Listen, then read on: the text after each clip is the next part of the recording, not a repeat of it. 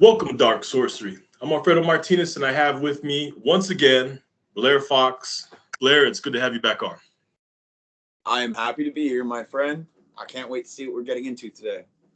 Yeah, it was an interesting discussion last time. One thing I did want to get your opinion on is that in some of your TikTok videos, you post some pictures with ancient technology, you know, and so as far as the ancient technology and the ancient alien theory goes, what is your take on all that?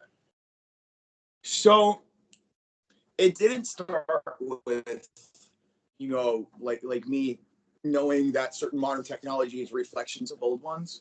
I've always had more of a skill. It's more of an affinity than a skill, but I've always been able to deduce and notice correspondences in things.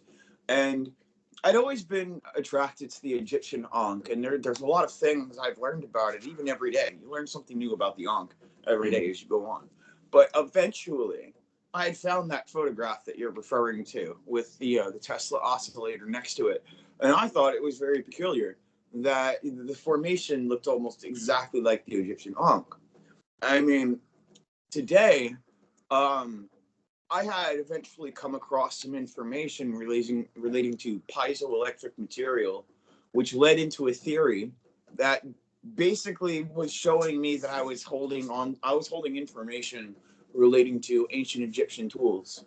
If you go on Etsy right now and you look up like Egyptian priest staff, and you'll see something that's got like an ankh and a jet and a hook on it. And the one thing these people are missing to actually make it real is a certain degree of piezoelectric materials inside the structure. And, like I said, it's my ability to see correspondences. Sometimes I find out about things that I'm not even aware that is actual knowledge that I'm holding on to, that I find out as I go on in the future with constant research. Well, I mean, as more discoveries are made through archaeology and, more breakthroughs are made in technology, it's easy to see how a lot of lore, a lot of writings can have that comparison to technology that we have now. Now, I'm not saying I'm for or against that I believe or don't believe the ancient alien technology theory. I believe it's very much possible. Like there's different ways you can always look at it. Like take, for instance, in the Bible, when it describes certain angels having multiple eyes all over the place, and they're flying around. Well, you can look at that as a drone nowadays. What does a drone do? It's got eyes all over, it flies around, and it could very well give you messages. You know what I mean? But at the same time, there are beings. Go ahead. I want to comment on that. Like, yeah, you have no idea how hilarious that is. So if you're an advocate for Carl Jung, I personally believe there is subtle evidences that we're all connected through a collective consciousness. Now, the irony in what I just said is, I don't know if I mentioned this last time, but if you refer to a manual called Morals and Dogma, it's a manual made for a 33-degree Mason, and you're looking for the copy specifically from 1942. As you flip through the pages, approaching your approach to reading this from multiple different angles and lenses, you will eventually notice that there is kind of an insinuation behind the demiurge being some kind of quantum computer. And if you correspond that to certain initiation systems, you can see where certain occult cultures got the idea of the demiurge being a blight, because the actual gatekeepers were the planetary systems, were the Anunnaki consciousnesses themselves. But, in the Tree of Life, you don't have people calling on the Anunnaki until you touch the Necronomicon. You've got people calling on the angels. And now this book is basically calling them quantum Trojan horses. Everything flows out and in. Everything has its tides. All things rise and fall. Rhythm compensates. Can you explain that a bit more? Yeah, that's one of the Hermetic principles. That's the Hermetic principle of rhythm. Or vibration. Yeah, that stood out to me for a reason. Yeah, I want to get your take on that statement right there. So the Hermetic principles are essentially the foundation behind how to use your mind. It's the foundation for thinking, the foundation for philosophy, psychotecture, anything. This is usually the system that a child needs to learn by the time you're experiencing yourself in 4th grade science class. This is what they should have been teaching you, because it's the contemporary pseudoscience that they have subjugated people to. The reason why when they try to think on this magnitude, most of them go insane. That whole book is basically, believe it or don't, follow these principles and the secrets of life will open to you. Yeah. And there's only seven. And all go ahead. There's the law of mentalism, the law of polarity, vibration, correspondence, cause and effect, and gender. Right. Now, as far as the Hermetic principles go, I am familiar with some of them, but I admit I need to brush up on my knowledge of that. And it's been so long since I've read those. You know what I mean? But yeah, especially. I had a lot. Sorry. I had a lot of different copies of the Kybalion in my progress, and the best content release version is probably titled The Hermeticism Collection by Manly P. Hall. Mm. Yeah, the Hermetic principles are very thought-provoking and very true when thought of for a while and meditated on. But it's just incredible stuff. Now, you had also mentioned Janus, yes. The concept of the Janus, the two-headed god is us. Now, when I bring up Janus, it reminded me of the tarot card, the Wheel of Fortune, because on the Wheel of Fortune some time ago, there was a card that had Janus on it. Now, according to Aradia, the triple goddess, they spin the lives of men while Lucifer turns the wheel.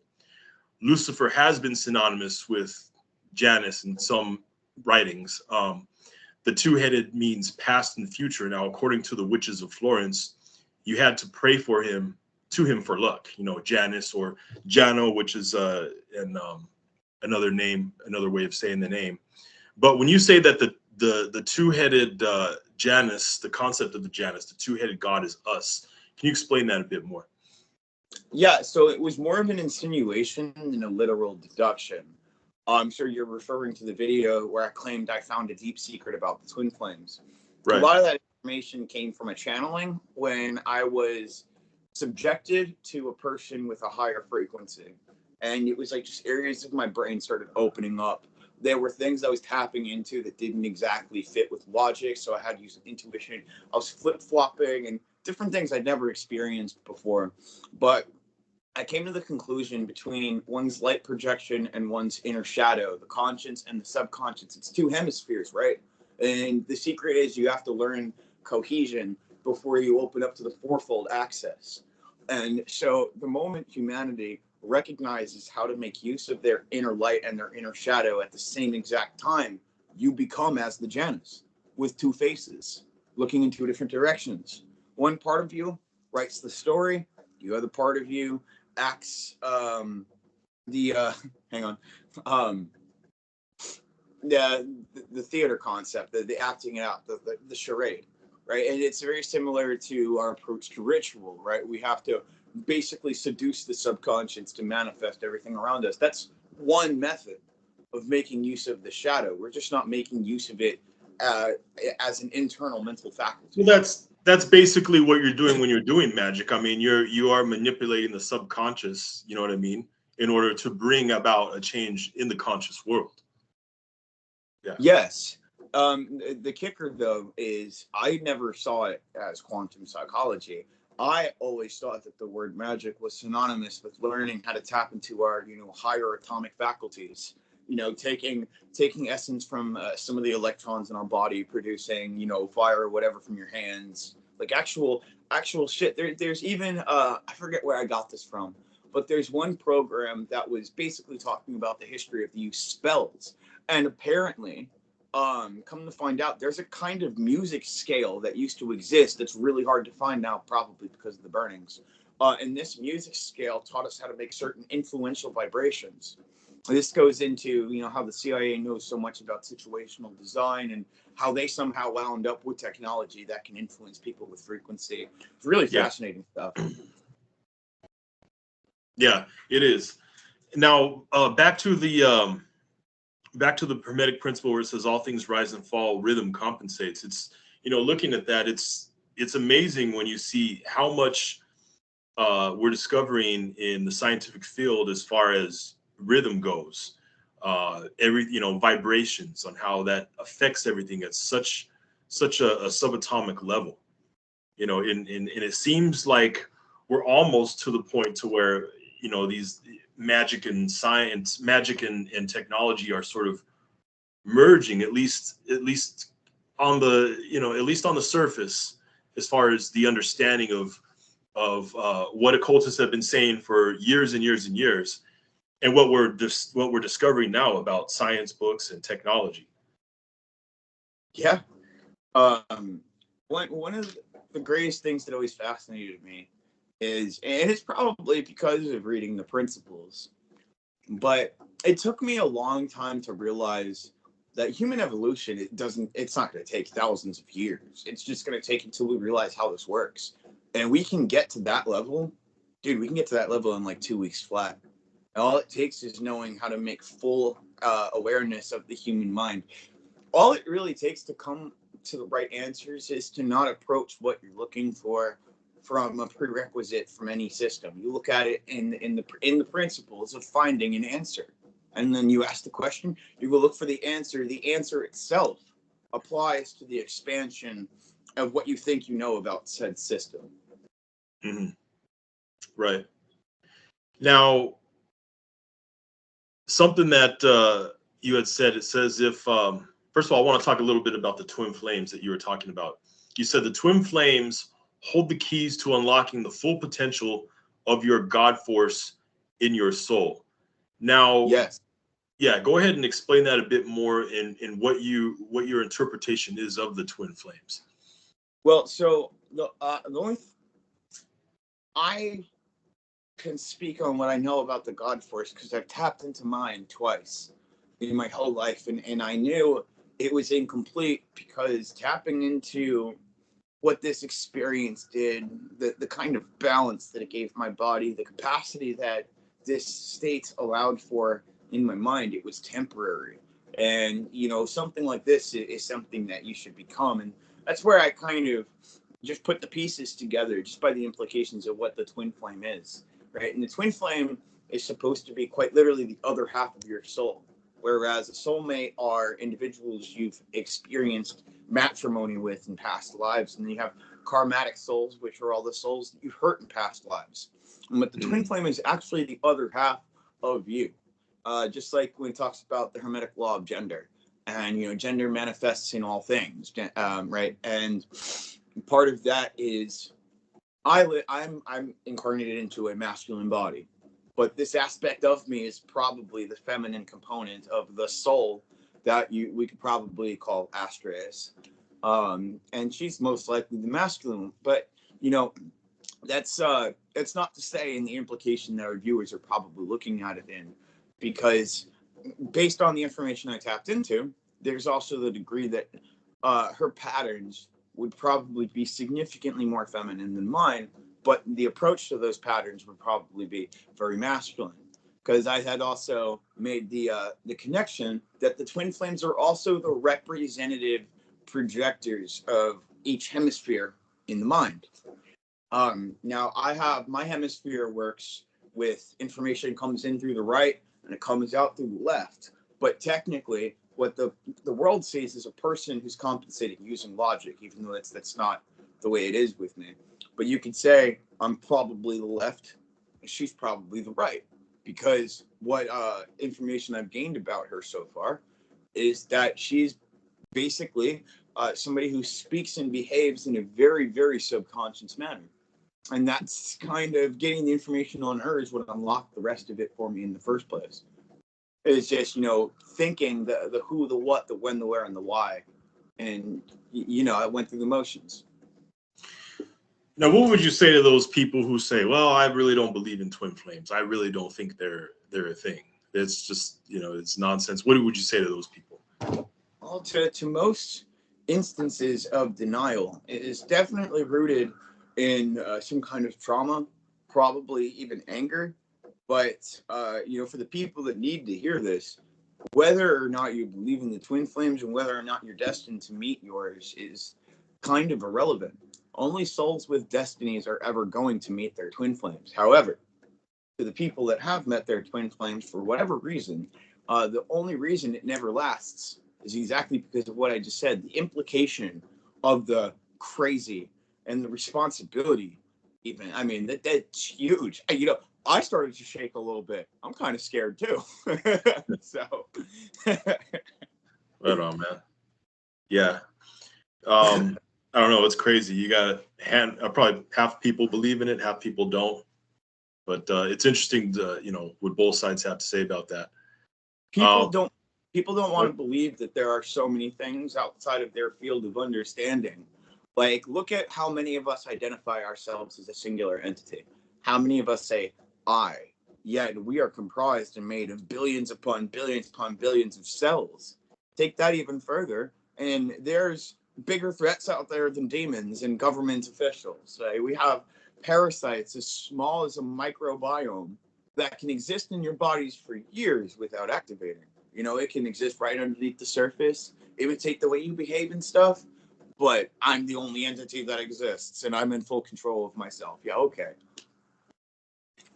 Yeah, I mean, even once you go smaller to a subatomic level, the laws of physics do not apply, and it just gets more confusing from that point on. I've got another one for you. Recently, I was doing research on my natal chart, and thanks to the practice of magical evocation by Franz Barden, I found out that there are certain spirits that actually hold influence over your stargates. So that means a small piece of your personality is under subtle influence at all times. I wouldn't doubt that at all. Especially in the time we're living in right now. Yeah, I agree. But you said something that was interesting. It said you can make use of your shadow when you can tailor your words and your actions to objectively equal a symbolic theme. Yes, that's what I was meant. Let's talk about that a bit. Sure. Okay, so tailoring your words. If you've ever been in the practice of psychedelics or been around a community of psychonauts, you'll know that they have a skill of applying words in a multi-contextual manner, and they can string multiple of them to actually, allow you to tap into paradigms or see things that you wouldn't normally. And you can gain a lot of insight on this on the metaphor of the Mad Hatter in Alice in Wonderland. Like that book, from an adult's perspective, is quite interesting indeed. Like, how does a story open your eyes to so much? And so if you notice, you can actually use the Alice in Wonderland analogy to open up what I was insinuating on how you have to need to tailor your words with your actions to equal the simple. Mm. Like, I mean, some of this is more conscious than subconscious, but I had been a catalytic symbol for people for years. The way that my emotions, flip-flop, the way that I make use of those, how I interact with people, the fact that I'm never not running my mouth. And so it's the archetypification of how you personalize yourself, I suppose, that would have a lot to do with this. But exactly what I had insinuated earlier, right? Because we're always talking and we're always acting. And so when you find out how to do that symbolically while you're implying this literally, that is the key to activating both sides of yourself at once. And I mean, we're at the threshold right now where it's like, indeed, how do we begin to do this? Mm-hmm. I'm hoping. I thought that was interesting. You said, focusing on a symbolic theme. It's, and you mentioned about your words. I mean, it's just so eye-opening how powerful words are. Even if you just change your speech just a little bit and how you say things, it's amazing how things around you can change. Yeah. I mean, yeah. Now that's the magic of how words really create reality. And when you're able to speak a word by its implied definition, and the definition of the word being implied, and all the different ways, all the different angles, you've got literalism, metaphor, your symbolism, all those words of grammar are different implications to how a word can be used and the different angles. Once you figure out how many ways you can say one word and it impact with 1,000 meanings, now you're getting somewhere. And to the people who I've only experienced real unbridled magic, things that it changes you when you actually see it. But it's only happened to me a handful of times. There are certain people that have already figured out how to live in this kind of world. And it's those people that'll be the first ones to tell you that once you reach that level, everything becomes about the word defined as it's spoken.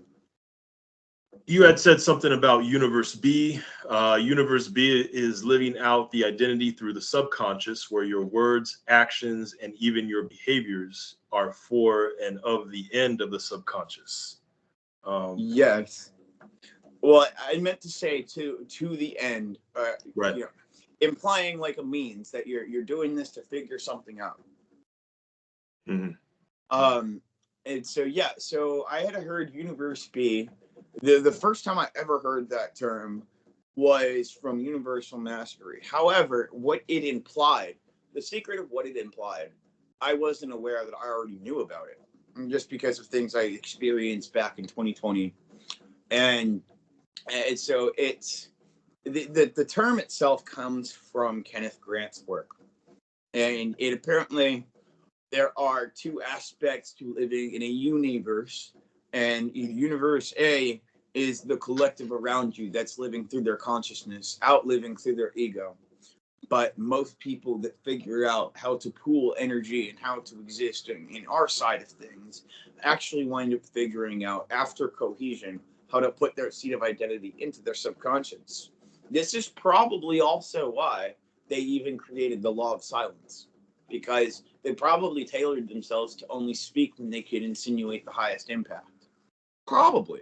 I mean, I can vouch for this because I have a degree of neuroplasticity where I can tap into the surface of what looks like wearing different kinds of personalities and being able to be depersonalized, but experience using anger or experience using femininity or something like that. It really starts to open up.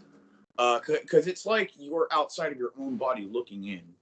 And when you get to this level, it's kind of like observing yourself. And that's when you can kind of see the impact that this Universe B stuff is talking about. Yeah, there's so much mystery to the subconscious, But, for those who don't know that our subconscious is connected with, everything that ever was, and then there's a way to do that. If people just understood that on accessing that and making some changes, I think the world would be a much different place. I mean, the people make it just so complicated, the way they react to things. Yeah, I mean, we were once those people too, though. Yeah. I mean, I remember when I was 16. I mean, I was smart, but I was so afraid of everything. And I don't know how it works with everyone else, but for me, fear is just the mechanism that's there for the duration that I don't understand how things work. Once I do, oh man. Yeah. Right on, man. So now, as far as your magical practice, your magical study, what area of occultism did you focus most of your energies on studying? So just real talk and just being direct. There's a dynamic that has a lot to do with divine irony, right? And what you find is based on what your intention is. I didn't wake up one day and was like, I want to know the secrets of the universe. I went through traumatic gate after traumatic gate until I basically blew the fuck up, and I was like, I will find power, and there will be nobody that stops me. And apparently that was the invitation for me to obtain the symptoms of all this different occult wisdom that I never asked for. So, and it's funny because... Be careful what you say, yeah.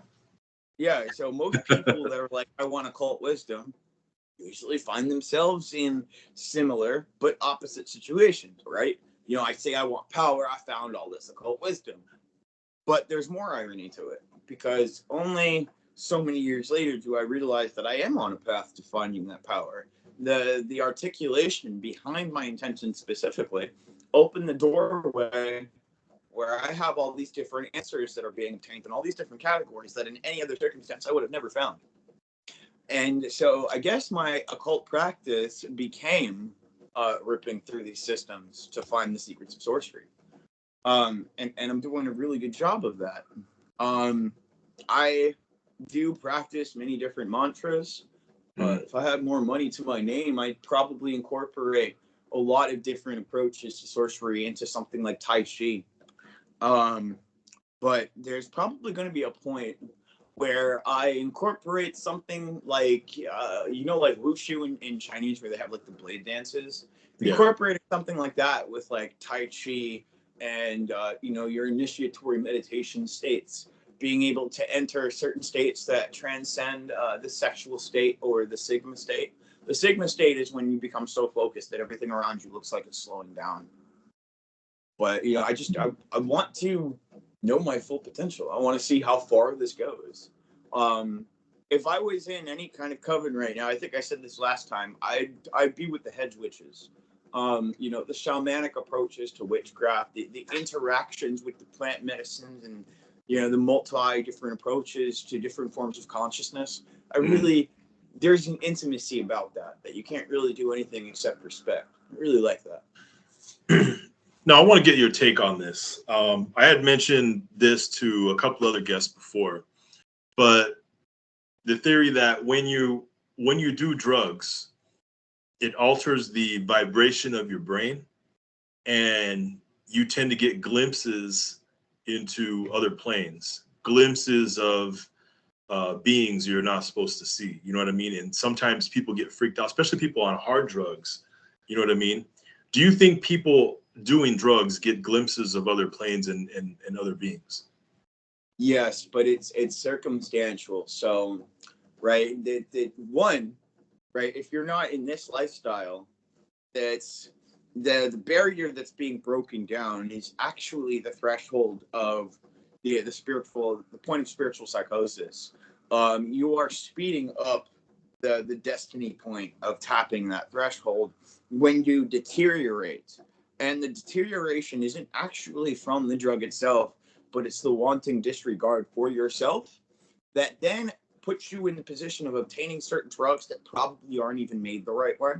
They're probably laced with, God and goddess knows what. Who knows what, yeah. Yeah, and so it's the act of you poisoning yourself.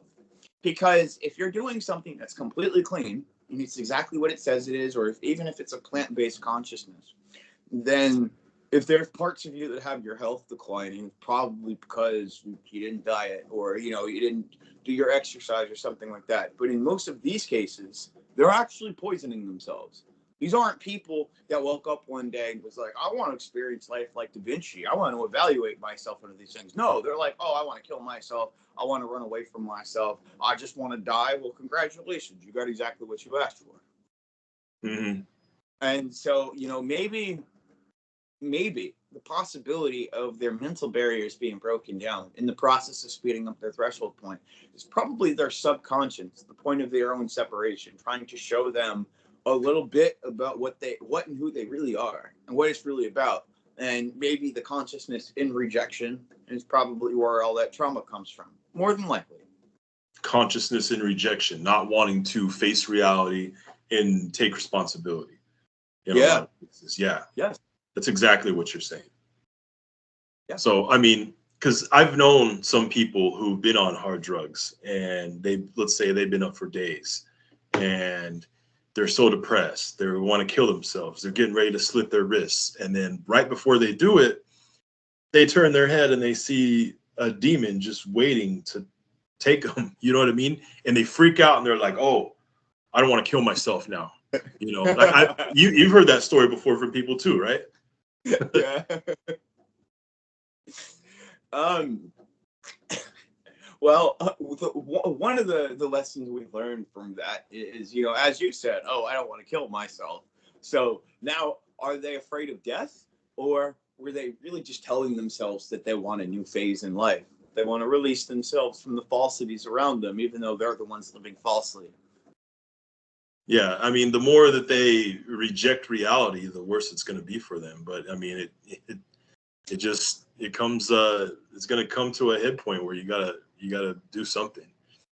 But your your main deity is Hecate, and Yes. so yeah, so how is your life focusing on Hecate right now, and how is she moving in your life? Well, I believe, I don't know to what degree, but I believe a certain level of symbiosis has been achieved with me and her energy. Yeah. It's very interesting because in what I've gathered from my past lives, I've always been a druidic kind of shaman. I mean, I saw a past life, little glimpses where I was apparently some kind of liaison for a Salem witch coven. That opened up doors for other information, but we can save that for later. I experienced being an alchemist back when um, Brazil or High Brazil and Sky were the same island. You know, I've seen a lot, and in all of this, I wasn't exactly a devotee, and I wasn't exactly a Sybil either. But the word agent definitely fits. It was like I just lived in some kind of relationship where I knew she was within me, and you know, I knew that I was acting on behalf of her work. And the more of this that I remember, it feels more than like a mother or a teacher or a sister. It feels like she's quite literally a part of me. There's a lot of people that can vouch and say that sometimes her energy leaks out of me a lot. I mean, I get very older brother when it comes to how to properly give respect to this magic as a living essence. Um, and like, yeah, I do initiations and rituals. I will, you know, bust my ass on her holidays and stuff like that. But more often than not, it seems like the moment that she decided to reclaim me back when I was 19, that everything around me, the good, the bad, all the humanness of it all, is actually this big 5D road that everything is leading me to something. Like, I really believe that. I mean, we've talked about how I hope that one of my great achievements in life is to create an arcane order of knights. I believe that I'm going to reach that point, probably by the time I'm 40 or something. But, you know, I see that by the time I reach that point, I will have learned a great lesson that only Hecate herself could bring to me. Mm-hmm. You know, Yeah. it's a very interactive experience, and I learn more about what I'm a part of every day. Right on, man. It seems like TikTok is the main app that you're constantly active on. Yeah, I It, was convinced to start making videos by a guy named Real Black Magician 1311. yeah, And he wound up being my trusted source for black magic, just because the circumstances in his life put him in a situation where he is definitely a spiritual representative in all the right ways. And you know, he convinced me to start making videos. And before then, I was just this fucking, oh my god, don't even pull up my YouTube. It was terrible. right. And so all the videos, the interactions, the views started this path where I started to get better and better and better. And as you know, my content quality blew up tremendously after the recent wave of spiritual content leaders, you know, fell from grace. And suddenly I find myself with all the mental energy and emotional capacity and everything I need to start making content that's actually worth watching. Like, even me, I'm going back and I'm rewatching shit that I made. Like, holy shit, this is Yeah, good.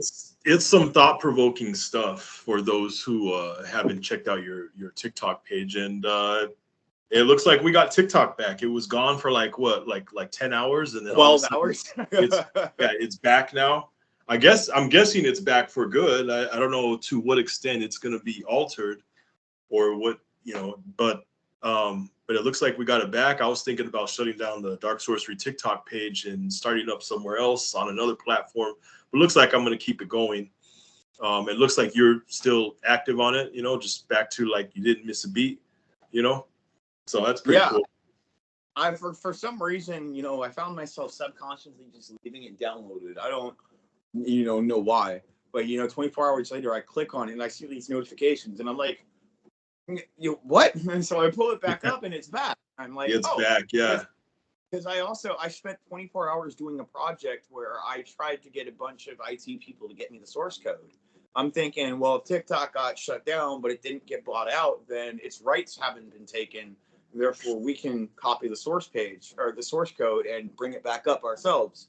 Well, I wound up obtaining a file for how to clone websites. And so I was literally just getting to the point where I was going to upload that to my Patreon. Right. Suddenly it's back. I'm like, okay. Right on, man. Cool. So, but yeah, everyone, thank you for your time. It's been a wonderful chat here. Everyone who's watching, make sure you check out Blair's social media links below in the video description, particularly his TikTok, which has some very interesting and thought-provoking content. I recently uploaded or updated my TikTok, where the 3 greatest video features that I've made so far are, you know, the first 3 videos you'll find.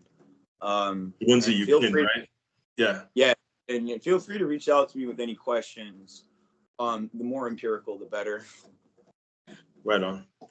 So yeah, check out all that stuff. Make sure you check out Dark Sorcery on TikTok, Instagram, all our platforms. We just went up on Odysee, so now we have an Odysee channel up. Make sure you check that out. Yeah, everyone who's watching, like and subscribe to Dark Sorcery. Thank you so much for having me. You're welcome.